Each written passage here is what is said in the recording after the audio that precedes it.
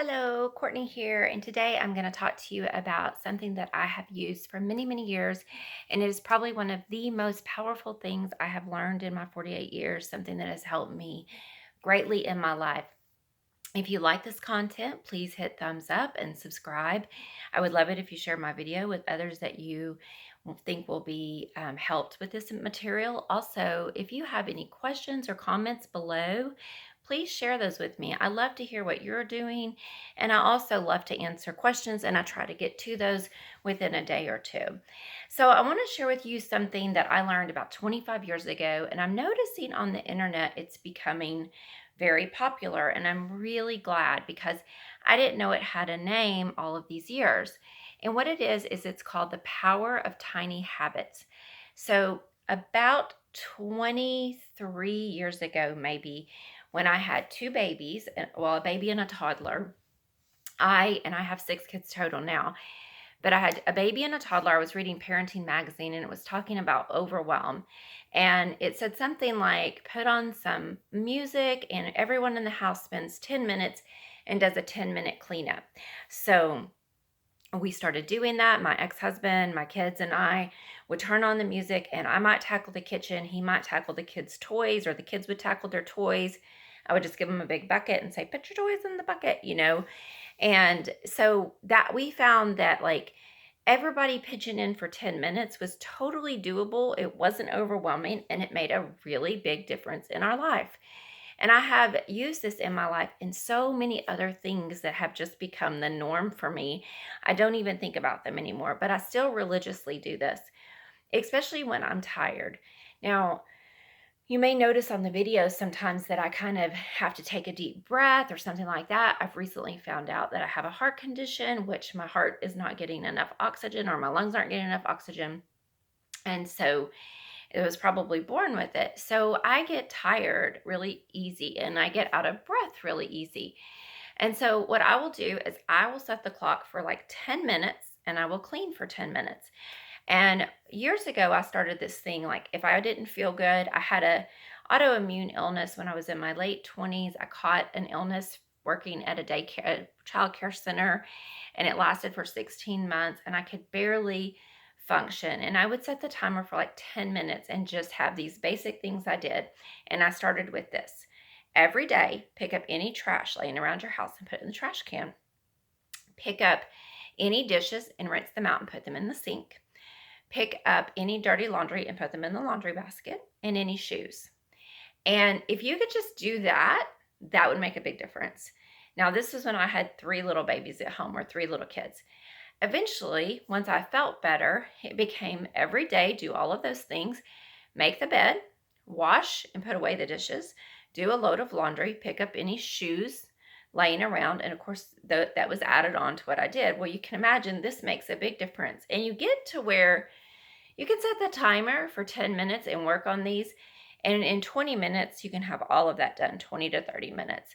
So it becomes such a habit and so easy that you just start to do it naturally. And I kind of build it into my day now.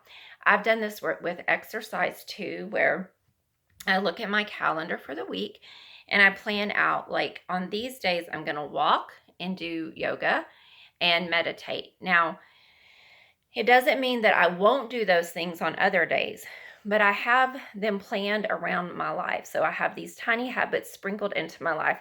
I'm going to walk for 20 minutes on Monday this week. I can tell you because I've already done my calendar for the week. We've been moving my son, so I'm worn out. On Monday, Tuesday, Thursday, and Friday this week, I will walk a mile. I will do yoga 1 hour on Monday night because I'll go to a class, 15 to 20 minutes all of those other days of the week, and I will meditate at least all 4 of those weeks, if not others. You have to understand, I teach meditation 6 classes a week, so it's not like I get it, but it kind of is. I don't get to necessarily do it, but even in teaching it, it has some benefit for me. So those little tiny habits have carried me through. In work, I've been self-employed for a long, long time.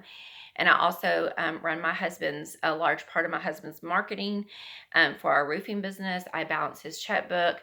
I keep all of our finances in order, and, like, main papers, licenses, contracts, things like that.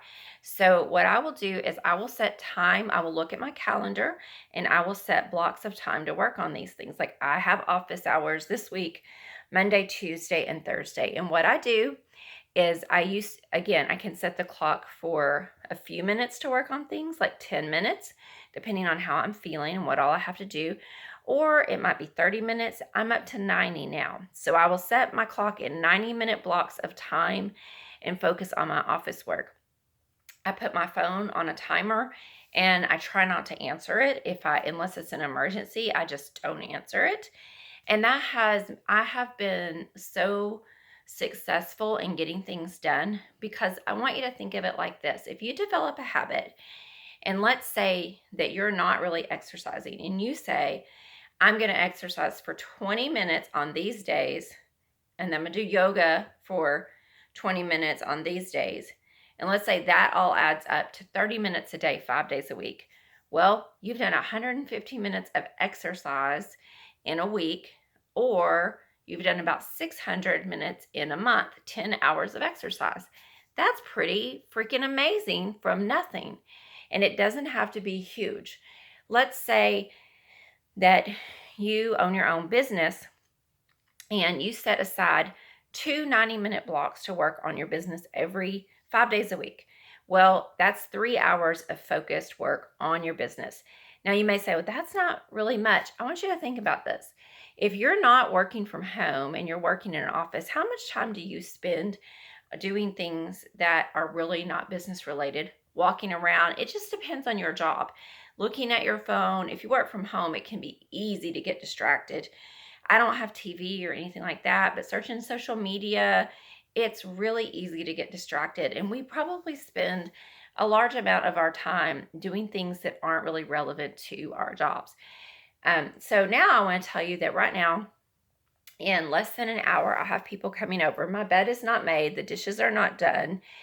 My house shoes are on the floor, and there's a little bit of stuff around here I need to pick up.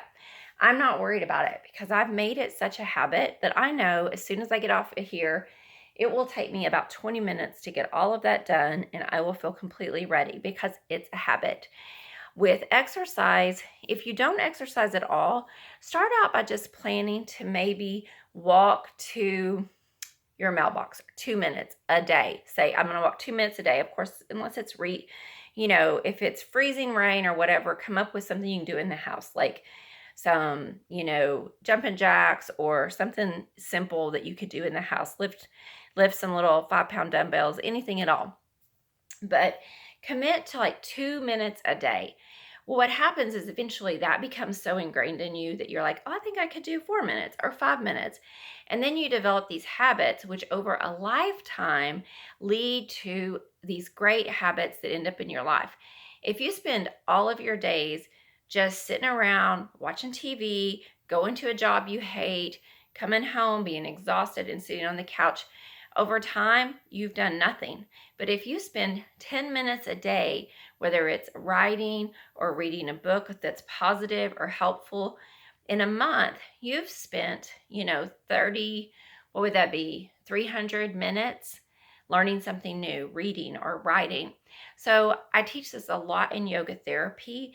If you don't have an hour to give to something, or you feel like if someone says to you, I want you to do 20 minutes a day of writing, and you're like, okay, and you start out all gung-ho, but you're not going to do it. If someone says to you, after lunch every day, I want you to spend 10 minutes just writing in your journal for a week and come back and talk to me, you probably would do that. Or 5 minutes. You would probably be like, yeah, I can do that. That's easy. I would have to get in the habit of it, but it's not hard. So tiny habits, you can look it up. There's a ton of research on it now. I started out, I told you, with Parenting Magazine, and then Zen Habits, which is an ancient blog.